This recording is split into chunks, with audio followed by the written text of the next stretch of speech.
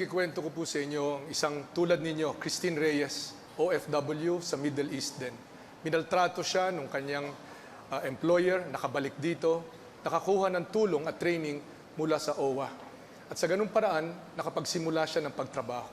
Magmula noon, inipon niya yung kanyang pera at ngayon may may-ari na ng spa. Tagapangasinan siya, Christine Reyes. 4 ang kanyang spa dito at nag-e-expand pa.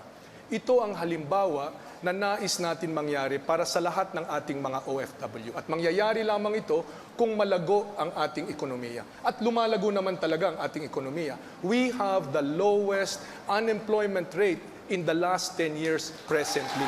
Maraming mga trabaho na nalilikha dito at alam ko kung nais makauwi ng ating mga OFW ay makakauwi sila. In fact, more than 600,000 ang bawas ng mga bilang ng mga OFW na nag-a-apply para sa pagbalik sa abroad. Ibig sabihin, nakakapaghanap buhay sila dito.